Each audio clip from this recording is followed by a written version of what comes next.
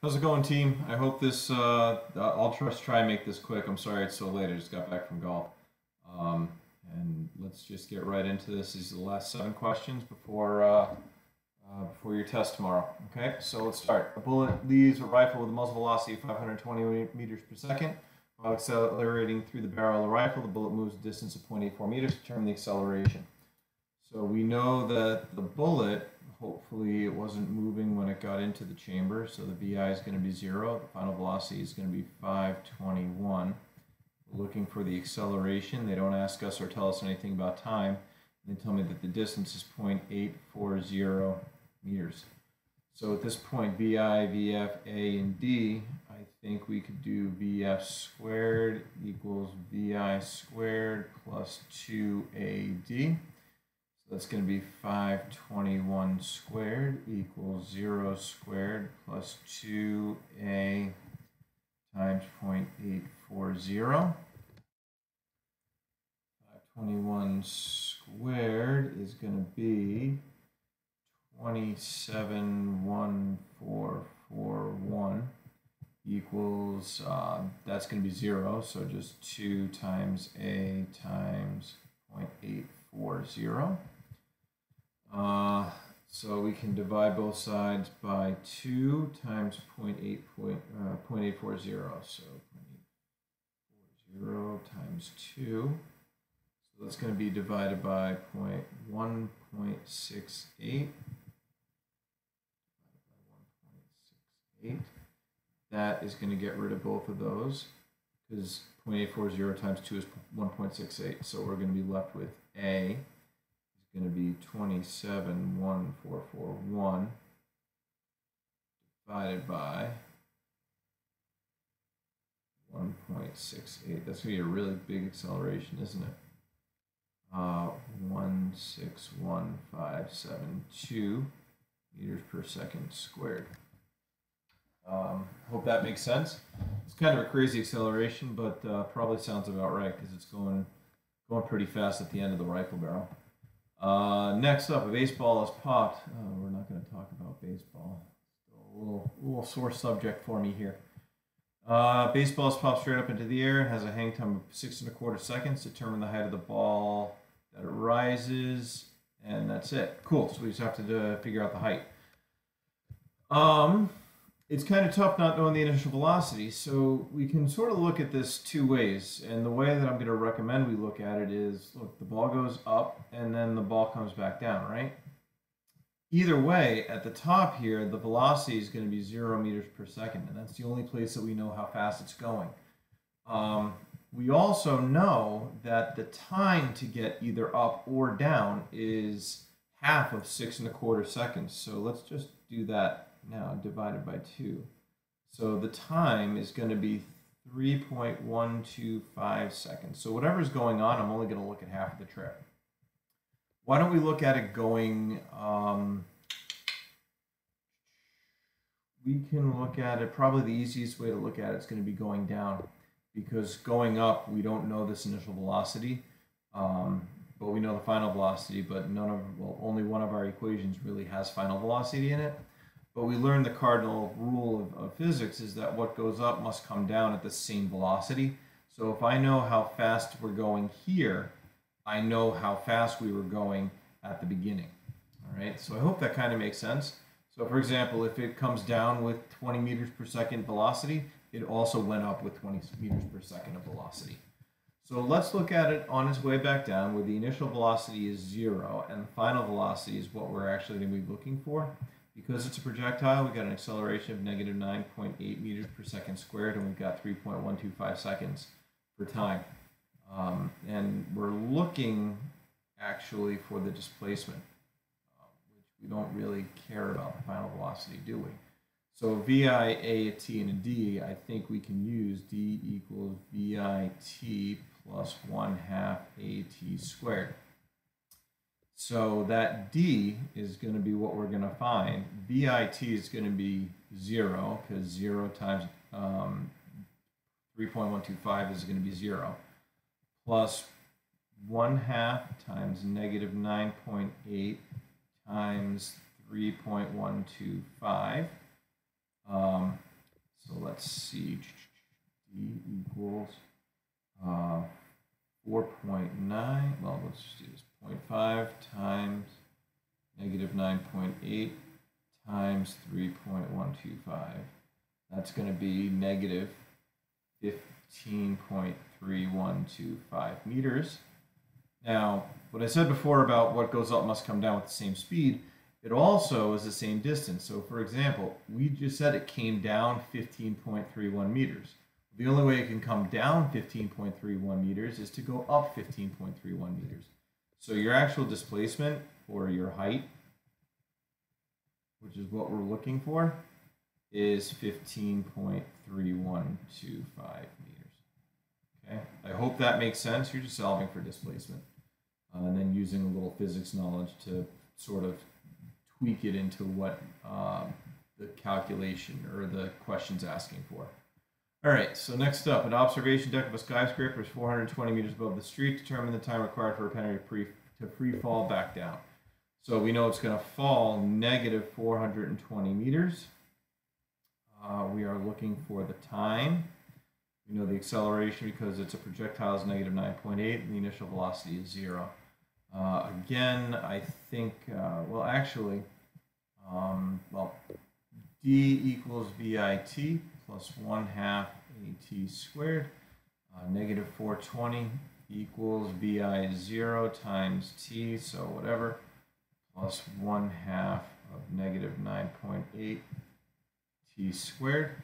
Now, if we actually had initial velocity, this would get a little snarky. This would be a quadratic formula, and it would be a little bit less pleasant to figure out. But because the initial velocity is 0, this whole thing just turns to 0. So negative 420 equals negative 4.9 T squared, because half of 9.8 is 4.9. So negative 420 divided by negative 4.9 should give us positive, thank goodness, 85.71 and change. I'm just rounding it. That's going to be my T squared, and then we take the square root. Good thing it's a positive because you wouldn't be able to take the square root of a negative. Square root of that. Root, second answer. Call it about 9 1/4 seconds. Okay, I hope that made sense. Number 4, a bullet moving with a speed of 367 meters per second. When it enters a lump of moist clay, the bullet penetrates 0.0621 meters. Determine the acceleration. It's going to be a big acceleration. There's your hint. So the initial velocity is 367. The final velocity is going to stop. So we're calculating the acceleration there, and we are given the distance 0.0621 meters. So I think VF squared equals VI squared plus 2AD. 0 equals 367 squared plus 2A 0.0621. Now we just do some math. 367 squared. That's going to be a big number. 0 equals 134,689 plus 2 times 0.0621. 0.1242A. And then the next thing is we're going to math this. So 13,4,689. We'll subtract that from both sides. So now negative 134,689 equals 0.1242A. I'll divide both sides by 0.1242. This is going to be a big number too. And we should get 134,689 divided by 0.1242. Ooh. A is going to be negative 108,4452 meters per second squared. That's your acceleration. It is a huge number, but it's a bullet stopping really fast. So I guess so. I don't think I screwed up any of the math unlike last one. But if I did, let me know. Probably shoot me an email and I'll try and fix it. Next one, a stone is dropped into a deep well and heard to hit 3.41 seconds later. Determine the depth. This is pretty straightforward. So my time is 3.41 seconds. My initial velocity is 0. The acceleration is -9.8. We're figuring out the depth of the well. I'm going to say d equals VIT plus 1/2 AT squared.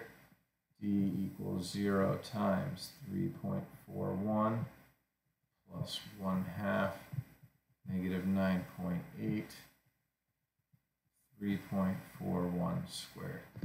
So this is going to be 0, so D shall be 1/2 times all this, so 3.41 squared times -9.8 times 1/2, negative 56.97 meters, so call it 57 meters.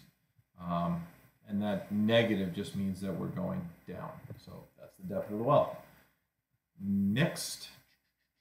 I hope this is making sense because I'm doing it really fast. It was once recorded that a Jaguar left skid marks which were 290 meters in length. So that sounds like a distance is 290. Assuming the Jaguar skidded to a stop with a constant acceleration of negative 3.9 meters per second squared, determine the speed of the Jaguar before it began to skid. So VI is what we're looking for. VF, we hope it stopped. So the VF is going to be 0. There's your acceleration. There's your time. Or I'm sorry, there's your displacement. VF squared equals VI squared plus 2AD again because it doesn't have a time. So 0 equals VI squared, which we don't know, plus 2 times negative 3.9 times 290. Let's do some math. 2 times negative 3.9 times 290 should give us a big ol' 0 equals VI squared plus negative 2262. What we'll do is we'll add that to both sides. 2262 equals VI squared. Adding 2262 to both sides, you get positive 2262 on this side and nothing on that side. And now we don't want VI squared, we want VI, so the square root of 2262 is plus or minus 47.5 meters per second. Plus or minus 47.5 meters per second.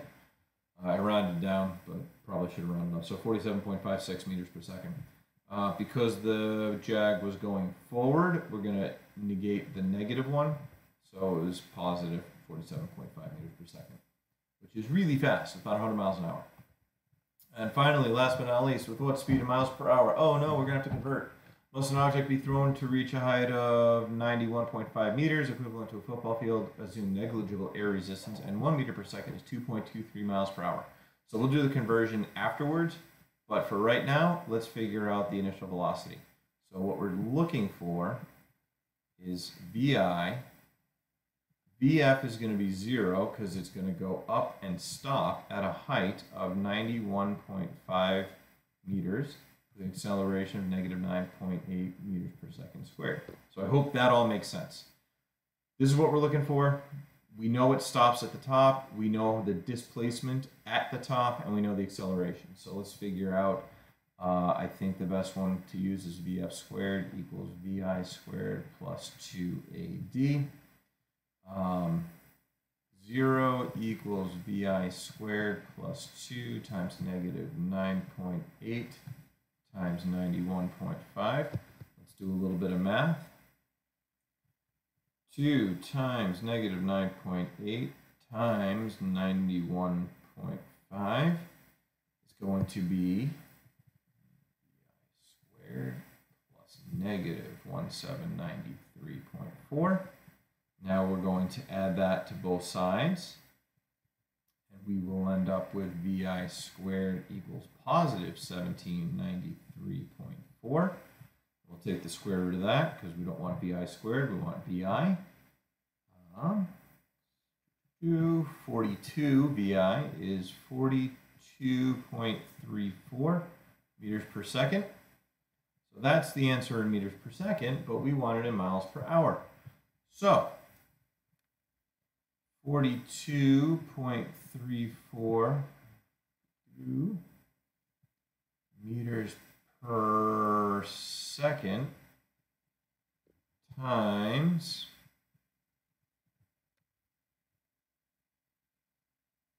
let's see, 1 meter per second is 2.23 miles per hour. I just made this more complicated than it needed to be.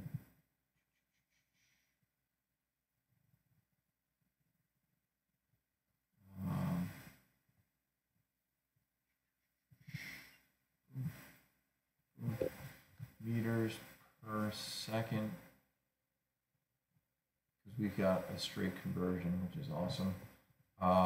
We're in meters per second, so we want 1 meter per second per 2.23 miles per hour. That cancels, so we'd be left with an answer in miles per hour. All we have to do is multiply 42.34 times 2.23. And you will get 94.43 miles per hour. Okay, I hope that made sense. The train tracks, probably not as clean as you might be used to, but it works. And meters per second cancel out, and you're left with an answer in miles per hour. And that, my friends, is that. Something else to look at, and I hope you understand, I can't upload the file that I showed you during class with the motion graphs. So hopefully you wrote those down. Just take a good look, but those will be on Friday's half. Tomorrow is going to be mostly this kind of stuff. All right? Hope it makes sense, and best of luck studying.